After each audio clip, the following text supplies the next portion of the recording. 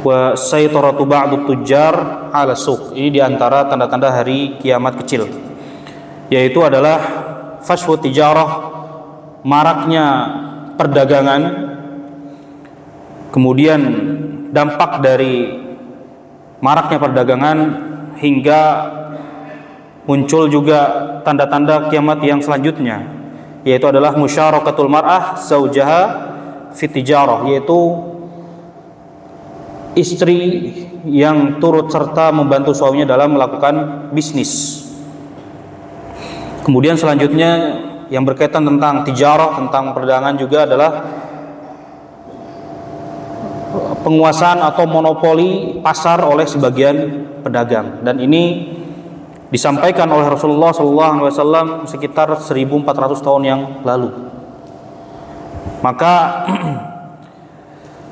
kita lihat ya, maraknya perdagangan dan umat manusia saling sibuk mereka untuk berlomba-lomba ya dalam masalah profesi ini. Ya, karena saking menyebarnya bisnis dan mudahnya orang-orang untuk melakukan bisnis, sehingga seorang istri ya itu pun bisa membantu suaminya dalam hal bisnis. Ya. Kemudian juga diantaranya juga adalah penguasa atau monopoli pasar oleh sebagian pedagang. Maka hal ini adalah termasuk tanda-tanda hari kiamat yang disebutkan oleh Rasulullah SAW. Beliau SAW pernah bersabda, "Inna baina yadayya sa'ah." Sesungguhnya telah dekat ya, di antara diutusnya aku ya dengan hari kiamat. Di antaranya adalah sebagaimana yang sebelumnya sudah dibahas, adalah taslimul khos, ya, bersalamannya seseorang kepada orang yang tertentu yang ia kenal saja. Kemudian fashwu tijarah, tersebarnya perdagangan, ya, wa fashwu hatta tu'inul mar'ah zaujaha, sampai seorang istri membantu suaminya dalam hal bisnis. Kemudian diantara selanjutnya adalah waqtul arham, ya, putusnya silaturahim. Kemudian syahadatuz zur, saksi palsu, wa kitmanus syahadah al-haq, ya, menyembunyikan persaksian yang benar. Kemudian zuhurul qalam, banyaknya tersebarnya tulisan-tulisan. Nah, maka kita akan membahas dulu 3 poin yang awal tadi. Kemudian juga dari sahabat Amr bin Taghlib radhiyallahu anhu bahwasanya Rasulullah SAW pernah bersabda, "Inna min asyratis sa'ah an yafshul mal wa yukthir wa tafshu tijarah wa yudhhirul jahl wa yabi'ur rajul al-bai' fayaqulu la hatta astamir tajir bani fulan wa yaltamis fil hayyil 'azim al-katib la yujad." Di antara tanda-tanda hari kiamat, ya, kata Rasulullah, an yafshul mal, akan melimpahnya harta, wa yakthir, ya, akan tersebarnya harta dan juga akan banyak, wa tafshu tijarah, dan juga tersebarnya tijarah, ya, perdagangan. Kemudian wa yudhhirul jahl, dan tampak, ya, banyak kebodohan, wa yabi'ur rajul al-bai', sampai ketika ada seorang yang ingin menjual suatu dagangan, maka dia akan mengatakan, la, saya tidak akan menjual sampai, ya, aku ini menyerahkan urusan masalah daganganku sampai ke Bani Fulan, ke orang tertentu, maksudnya ke kabilah tertentu. Kemudian juga wa yaltamis fil hayyil 'azim al-katib la yujad, dan juga menyembunyikan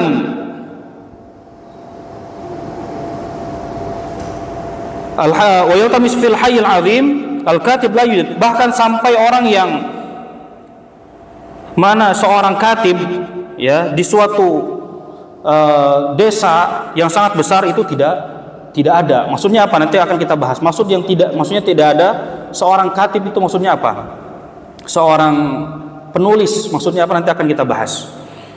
Jadi ini adalah yang disampaikan oleh Rasulullah SAW terkait hal yang akan datang, yang mana di zaman Rasulullah SAW hal tersebut belum terjadi. Kalau kita lihat di zaman sekarang, apakah hal tersebut sudah terjadi? Yang pertama adalah ya perdagangan di mana-mana, ya tersebarnya perdagangan, ya saking banyaknya perdagangan dan tersebarnya perdagangan, bahkan orang-orang berbondong-bondong ingin berdagang, sampai seorang wanita itu membantu suaminya dalam hal berniaga. Apakah sudah terjadi zaman sekarang? Sudah terjadi. Mungkin zaman Rasulullah, ya biasanya yang namanya penjual itu laki-laki. Apalagi seorang istri itu biasanya di rumah, karena yang kerja itu laki-laki, suaminya. Ya. Nah, sampai saking tersebarnya perdagangan, saking mudahnya berdagang, seorang ibu rumah tangga pun bisa berjualan, ya, membantu suaminya. Ya, kalau kita lihat mungkin sekarang hal tersebut terjadi sekali. Ya, bagaimana seorang ibu rumah tangga ya sambil rebahan masih bisa jualan di rumah, ya kan? Kalau dulu mungkin nggak kepikirannya yang namanya jualan itu harus keluar, kemudian perjalanan jauh, ya, kemudian effortnya atau lumayan, ya. Bahkan zaman Nabi aja ketika orang-orang Mekah itu biasanya mereka itu keluar negeri, ya, untuk berjualan, itu mengambil barang kemudian menjual dan sebagainya, itu sampai keluar negeri, ya. Mungkin zaman dulu nggak kebayang. Sekarang ya seorang ibu rumah tangga bisa berjualan di rumahnya, ya, bukan berarti hal tersebut dilarang dalam Islam, selama masih menjaga kriteria atau batasan-batasan syariat, ya. Namun sekarang kan banyak yang tidak memperhatikan syariat, ya. Biasanya kenapa dagangannya wanita itu lebih laku daripada dagangan perempuan? Karena mereka muncul, tampak, menampilkan diri, ya. Misalkan seorang wanita jualannya apa? Jualannya apa biasanya itu?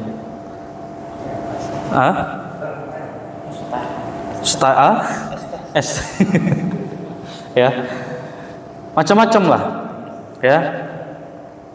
Bahkan sekarang aja kan bikin konten aja sudah bisa jadi bisnis itu, ya. Masak gitu kan, di video kan, dibikin video kemudian disebarluaskan, ya. Dan itu mencari viewers, dan itu ada ada hasilnya, ya. Ada hasilnya. Nah, ini terjadi. Ya, ini terjadi. Maka ini adalah tanda-tanda kebenaran dari sabda Nabi Muhammad SAW. Ya.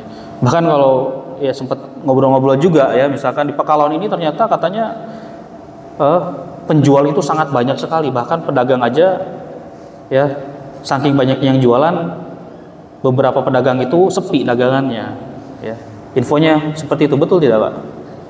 Ya, saking banyaknya yang jualan. Sekarang coba yang jualan es teh berapa orang di jalan ini misalkan, ya, pernah ngitung nggak, Pak? Ya, banyak sekali, ya. Nah, itu ternyata ini adalah tanda-tanda hari kiamat. Kemudian juga sabda Nabi Muhammad SAW, yabi'ur rajul al-bai' yaqulu la hatta asta'min tajir bani fulan wa yaltamis fil hayyil azim al-katib la yujad.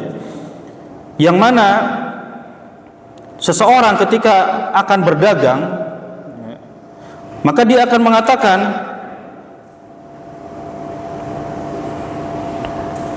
aku tidak akan menjualnya hingga aku bermusyawarah dengan pedagang dari Bani Fulan.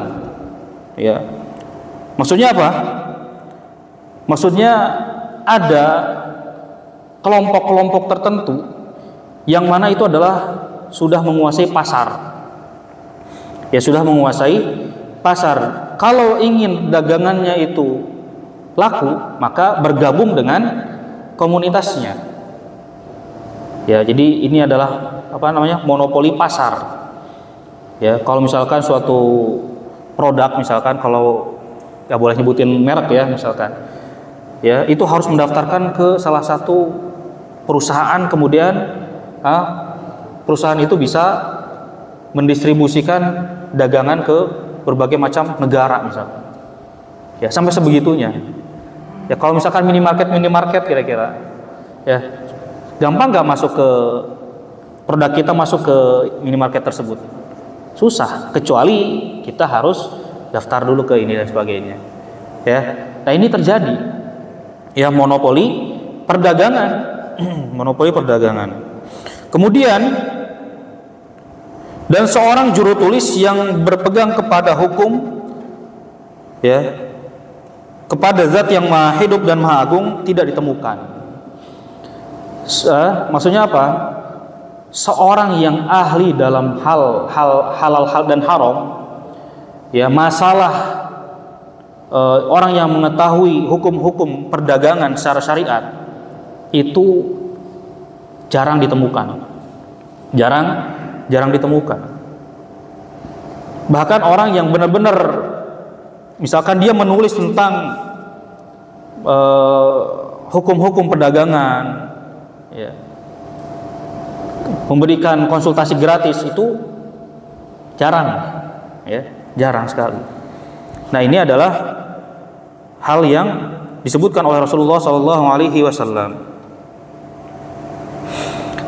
Ya, maka difahami, ya, yufhamu minhu anna tajiran kibaran wa la'allahum ashabu ru'usul amwal aw kala al mu'tamiduna li sil'a tasdiran aw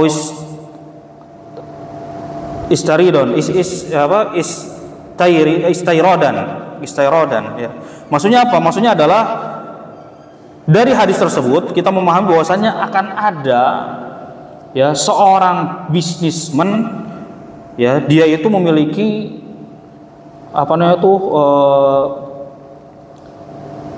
harta yang banyak, ya. Kemudian dialah yang menguasai pasar, ya. Ya tadi sebagaimana yang tadi disebutkan. Atau suatu organisasi yang mana itu yang menghandle bisa untuk supaya barang-barang tersebut bisa tersebar dan sebagainya. Ya, intinya adalah monopoli, ya, monopoli pasar.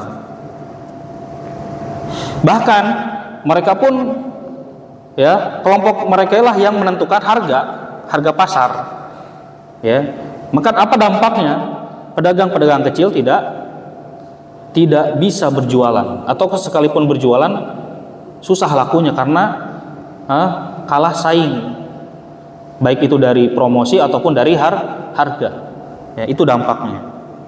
Dampak dari monopoli masalah ini.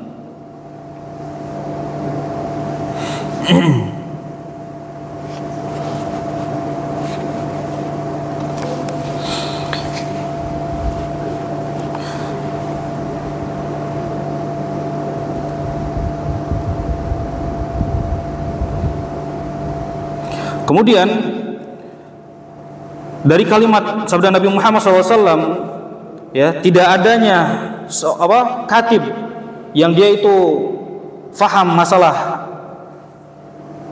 agama, masalah takut sama Allah Subhanahu wa taala, ya, dari hal-hal yang halal dan haram, itu pun ada tafsir yang lain, ya, bahwasannya kelak di akhir zaman itu tidak ada orang yang benar-benar menulis. Ya, tidak ada benar-benar orang yang menulis. Ya. Bisa dipahami nggak? Maksudnya tidak ada menulis. Zaman sekarang itu orang jarang nulis, betul nggak Pak? Ya, karena apa? Sudah ada laptop, sudah ada handphone, sudah ada aplikasi dan sebagainya. Itu pun bisa diartikan itu. Maksudnya tidak ada katib, penulis. Ya, ini tafsir yang lain. Ya, ini adalah tafsir yang lain dari sabda Nabi. Tidak akan ada orang yang didapati orang yang menulis, ya, al-katib di situ. Jadi sekarang itu ketika ingin bertanya masalah bisnis, ingin mempelajari masalah bisnis, itu sudah mulai dengan aplikasi, ya, dan sebagainya. Nah, maka ini adalah hal yang diinfokan oleh Nabi Muhammad SAW 1400 tahun yang lalu, dan sekarang sudah terjadi. Kemudian selanjutnya jemaah rahmatullah subhanahu wa ta'ala, di antara tanda-tanda hari kiamat selanjutnya adalah syahadatuz zur, sebagaimana yang hadis di awal. Syahadatuz zur adalah saksi palsu, ya, adalah sumpah atau saksi palsu. Syahadatuz zur yang dimaksud dengan saksi palsu ini adalah an yakdzibal insan fi syahadatihi 'alal akharin. Seorang berdusta dan memberikan suatu persaksian, suatu syahadah, ya, kepada yang lain, kepada orang lain, ya. Misalkan seorang bersaksi tentang seorang yang lainnya bahwasannya dia memiliki suatu hak dan sebagainya. Ya, masalah hak, ya, ketika sengketa misalkan ada orang yang bersaksi bahwa padahal dia bohong dan sebagainya, ya, maka saksi palsu ini termasuk dari dosa besar, ya, saksi palsu ini. Dan saksi palsu itu bukan hanya masalah itu, nanti akan kita bahas aspek apa saja yang dimaksud dengan syahadatuz zur atau saksi palsu, ya.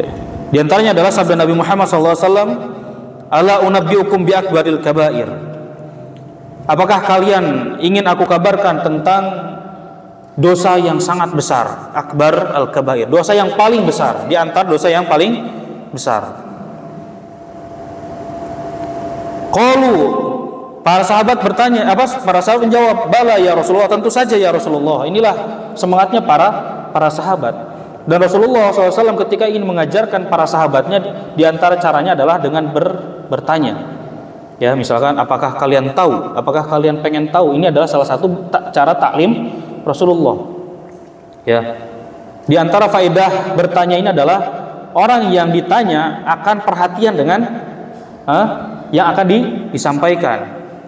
Ya, misalkan kalau tiba-tiba Rasulullah mengucapkan sesuatu, atau kita misalkan mengucapkan sesuatu, pengen mengabarkan sesuatu tanpa ada muqaddimah, kira-kira orang perhatian atau mungkin banyaknya malah tidak perhatian. Misalkan saya pengen ngasih tahu, ya, sama orangnya lagi diem misalkan, sesungguhnya gini, mungkin belum tentu mendengar. Tapi kalau misalkan ditanya dulu, tahu nggak, ya, tahu nggak bahwasanya gini, orang kan masih penasaran, sebagaimana ini yang dilakukan oleh Rasulullah. Apakah kalian ingin aku kabarkan tentang dosa yang paling besar? Maka para sahabat perhatian dengan pertanyaan Rasulullah. Ya, kemudian Rasulullah mengatakan di antara tanda-tanda di antara dosa-dosa besar adalah al-isyraku billah. Yang pertama adalah syirik, berbuat syirik kepada Allah. Kemudian selanjutnya wa uququl walidain adalah durhaka kepada kedua orang tua. Kemudian dalam hadis tersebut wa jalasa wa kana muttaka'an. Pada saat itu Rasulullah itu dalam keadaan duduk dan bersender. Kemudian Rasulullah ketika itu bangkit tegak kemudian mengatakan ala wa qauluz zur. Ya.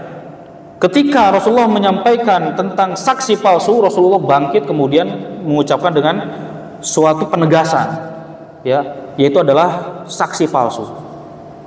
Yang terakhir yang beliau sampaikan.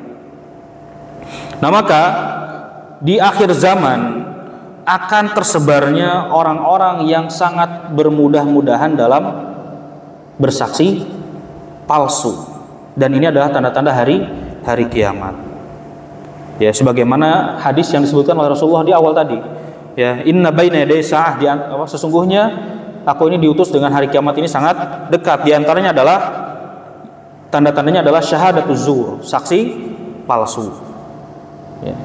Nah, ini menunjukkan orang itu sudah banyak kehilangan etika, akhlak, bahkan agama, sehingga orang itu bermudah-mudah sekali dalam bersaksi palsu, bersumpah dan sebagainya, ya. Dan ini adalah salah satu tanda-tanda kerusakan manusia di akhir zaman. Ya, mungkin kalau misalkan kita yang masih punya keimanan, ya, ketika ingin mengucapkan kalimat dusta saja kan susah ngomongnya. Ya, berdusta aja itu susah mengucapinnya.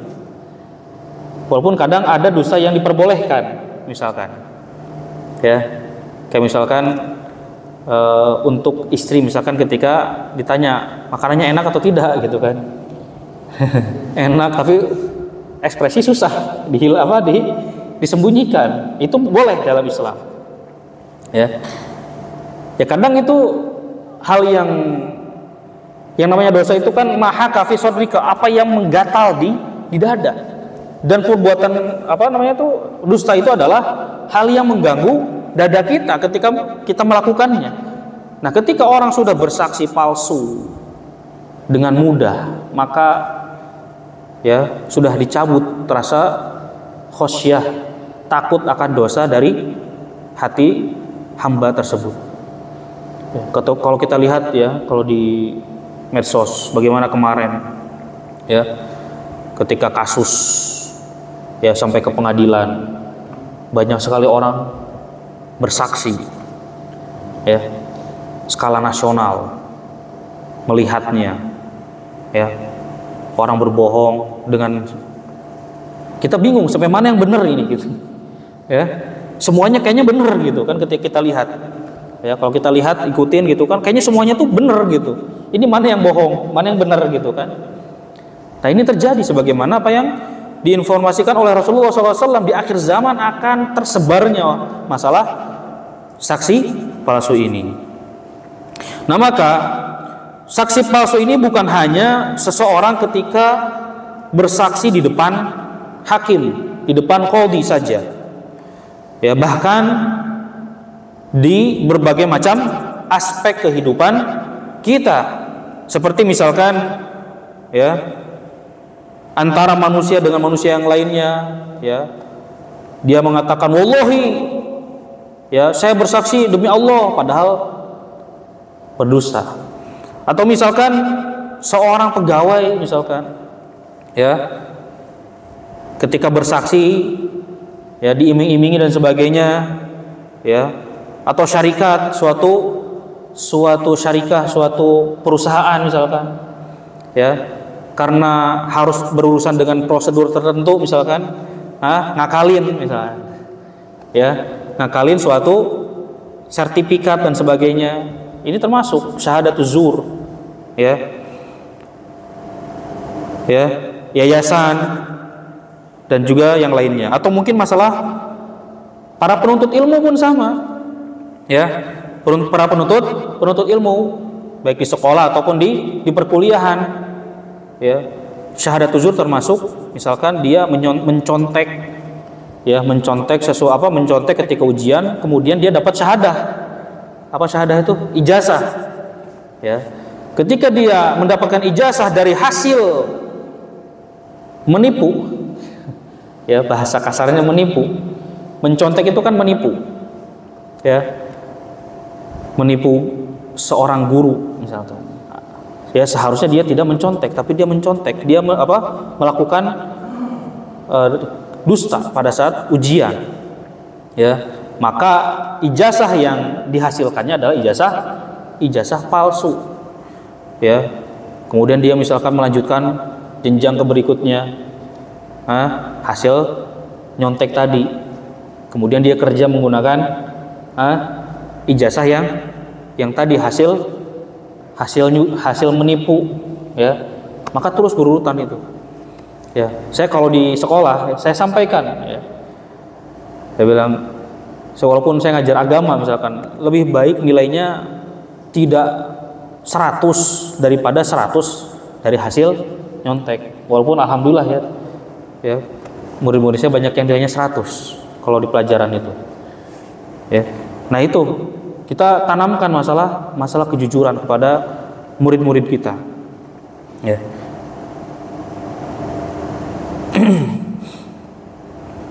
Ya. Nah ini diantara tanda-tanda hari kiamat. Bahkan Nabi Muhammad SAW pun sangat memperingatkan masalah ini, sangat mewanti-wanti dalam masalah syahadatuz zur ini, ya. Ketika masalah yang berkaitan dengan hak-hak manusia, dengan saksi palsu atau bahkan berdusta dalam hal itu. Sebagaimana Nabi Muhammad SAW pernah mengatakan, "Maniqtata'a haqqu mali muslimin biyamini kadhibatin laqiyallaha wa huwa alaihi ghadban." Ya, barang siapa yang ia mengambil salah satu dari hak muslim, hak harta seorang muslim dengan sumpahnya yang palsu, maka dia akan bertemu dengan Allah dalam keadaan Allah marah kepadanya. Ya, mungkin di dunia dia selamat dari pengadilan dunia. Namun di akhirat, ya, sehebat apapun dia beralasan, berargumentasi di dunia sehingga dia dengan argumentasinya hak orang lain, ya, diambil sama dia, maka di akhirat kelak tidak akan luput dari pengadilan Allah Subhanahu wa taala. Bahkan dalam Al-Qur'an, ya, dampak atau hukuman dari Allah Subhanahu wa taala bagi orang yang melakukan hal demikian, sebagaimana firman Allah, "Innal ladzina yashtaruna bi ahdillahi wa imanihim tsamanan qalila ulaika la khalaqa lahum fil akhirati wa la yukallimuhumullah." Ya, orang yang membeli, ya, sumpah-sumpah dengan harga yang murah, maksudnya apa? Maksudnya mereka adalah berdusta, ya, dengan dusta yang membuat mereka mendapatkan hak, maka di akhirat kelak apa kata Allah? La yukallimuhumullah, Allah tidak akan berbicara dengannya. Ini adalah tanda bahwasanya Allah Subhanahu wa taala akan murka kepada orang tersebut. Bahkan ini yang lebih ngeri, ya, sebagaimana sabda Nabi Muhammad SAW, "Maniqtata'a haqqu mri'in muslim biyaminihi faqad aujaballahu lahu an-nar wa harrama 'alaihi al-jannah." Barang siapa yang mengambil hak seorang muslim dengan sumpahnya, maka Allah akan memberinya atau akan menghukumnya dengan neraka dan juga akan mengharamkan baginya surga. Ya, apalagi kalau misalkan Allah Subhanahu wa taala sudah mengatakan demikian, ya, maka hal tersebut adalah hal yang harus dihindari dan dijauhi oleh kita semua. Wa in kana syai'an yashiran, bahkan kata Rasulullah, walaupun hal tersebut hal yang sangat sepele, ya, walaupun hal tersebut hal yang sepele, kata Rasulullah, wa in kana qadiban min araq, kalaupun, ya, hak tersebut adalah seperti misalkan sebatang kayu siwak, bahkan sebatang kayu siwak saja, kalau itu dihasilkan dari sumpah palsu dan itu sebenarnya adalah hak orang lain, nah ini bahaya. Kadang kita nggak kerasa, ya, misalkan lagi ada bagi sembako, misalkan dia sudah dapat, ya, ditanya, "Kamu udah dapat belum?" "Wallahi saya belum." Ternyata ada orang yang nggak dapat. Nah, ini termasuk, ya, ini adalah termasuk yang disebutkan oleh Rasulullah SAW. Bahkan sebatang siwak saja, ya, yang itu adalah haknya orang lain, dia dapatkan hak orang lain dengan saksi palsu, maka itu pun tidak boleh. Bahkan kata Rasulullah, apa dampaknya? Akan dimasukkan ke neraka dan baginya haram masuk surga. Ya, ini adalah hal yang sepele tapi dampaknya sangat besar sekali. Dan ini adalah salah satu tanda-tanda hari kiamat, banyaknya sumpah palsu.